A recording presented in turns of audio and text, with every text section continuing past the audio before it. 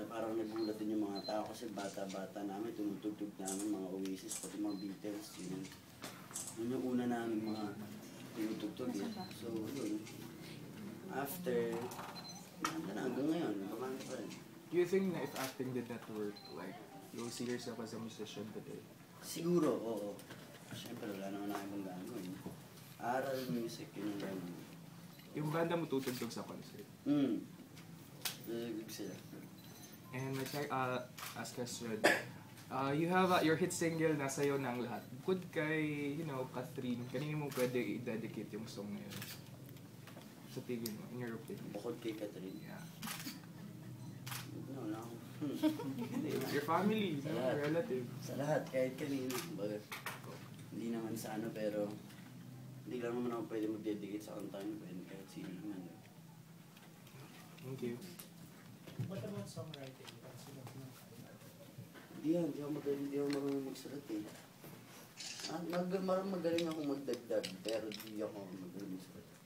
Kasi pag sa banda, yung kapatid ko yung nagsusulat, ako yung gumagawa ng tune. Baga dadagdag ako yung lyrics niya, minsan ako gagawa ng tone namin. Kaya yan. Ano yung theme ng concert? Rock na talaga. Ha? Rock. Rock. Talagang mukhang baka 60s, 80s, or 90s. Bakit yun ang napili mo? Kasi ito eh, so mukhang mas ito yung gano'n, imagine yun. Kasi normal lang.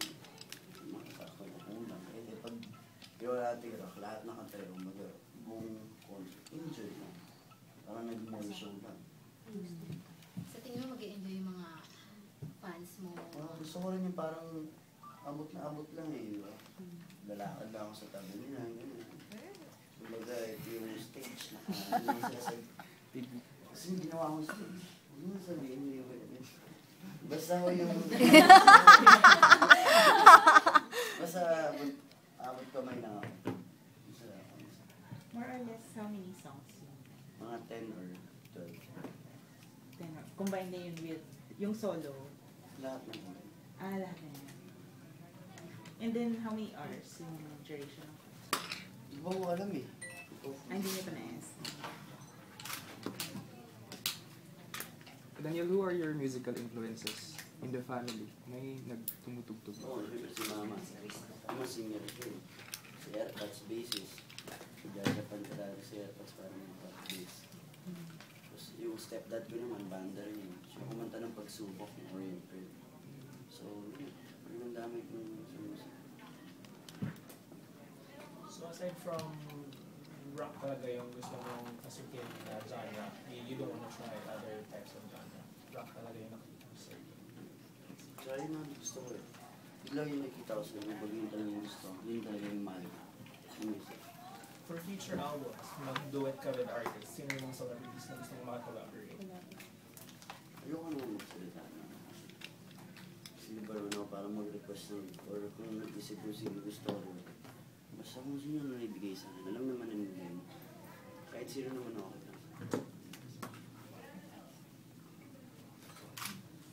Daniel, with all the projects, with all the busy schedule, how do you manage to balance it all? Like, you have a concert, and you're doing, like, Si promote. Tita Luz na bahala. Hunter ko na nag-aayos. Basta ako magtatrabaho. So, na-enjoy mo pa ba yung, the teenage, how do you enjoy your life as a teenage boy? Kasi, you're a star, how do you manage? Mas okay na yung, yun, sinasabi nga na parang, ako na-enjoy ko pa ba? Trabaho. Okay na ako sa, nag-enjoy naman ako, pero hindi naman kagaya ng ibang bata na talagang solid. Enjoy lang yun. Ako naman, nag-enjoy, pero at the same time,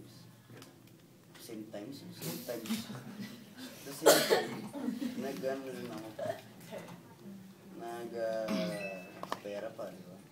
So, mas nakakatulong. Nag-enjoy ka na nakakatulong ka pa. So, at the same times. Yun. Sold out daw yung concert mo. What's your reaction? Di pa. Di pa. Pero, Oo, naman. yung VIP, grabe. Hindi ko naman alam kung sinasabi nila. Kaya yun nga. Ulit-ulit ako nagpapasalamat. Kasi nga, ang bilis nga daw na sold out. Wow. na yung concert mo, how many days and hours kayo nag-rehearse? Hindi pa ako nag-rehearse. Ah, wala ba? Oh. Okay. Diba next week na, diba? Talos. Oo. Sunod. Okay. As in every day po. Hindi after tomorrow.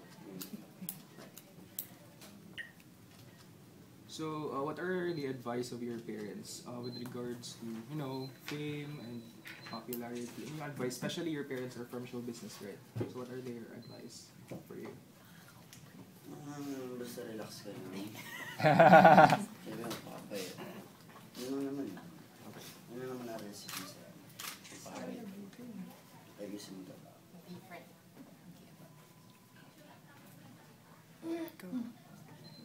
May mga guests ka ba dito din yan na mga ibang artists or Meron, Iba na. pero di ba pwede sabihin? Surprise guest. Yeah, man. Guys, question to. Aside from sa stage, yung surprise, yung stage settings, and ano pa yung mga aabangan mo? Sa concert. Mm-mm. Hindi ko pa alam kasi.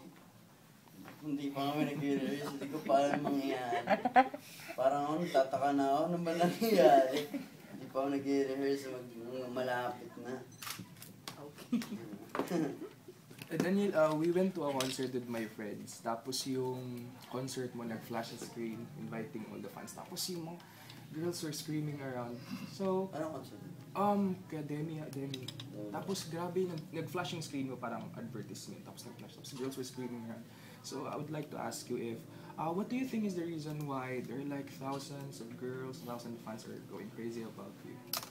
Wala lang, in your own opinion. So, Ito ko alam. but, Pero subukan na hindi ko alam.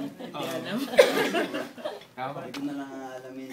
But when you started sa showbiz, did you expect Na ganun ganun? talaga? Hindi, syempre papasok ko, di mo naman isip. Ito na, sikat na ako. Pero before, may mga ano ka ba? Wala. Wala. Kung kilala niyo ako dati, parang hindi nga ako artista eh. Parang wala talaga, wala akong pakialam sa nangyayari. Ngayon lang talagang kailangan ko nang magkaroon ng ano, baka sabihin mo ano sa parang walang alam sa nangyayari, di ba? Mukha nang gagawin. Basta ako ngayon, alam ko yung nangyayari pero hindi ko sinalagay sa ulo ko. Basta ako, masaya lang ako sa mga nangyayari. Pasalamat din ako. Speaking of shifting Okay, to huwag masyadong from mainit. an ordinary life to showbiz, ano yung mga binago mo sa sarili mo? O kung meron na? Wala namang babaguhin sa akin. Pero, di ba? Ano lang, kailangan ko lang siguro maging maayos. Hindi mo naman pwedeng maharap masyado. Nagkaharap ako sa TV, kaharap ko eh, hindi mo naman pwedeng. Ano naman, basta marunong dapat makisama. Eh, dati pa naman, ginagawa ko na yun. At, wala naman talaga. Di ba,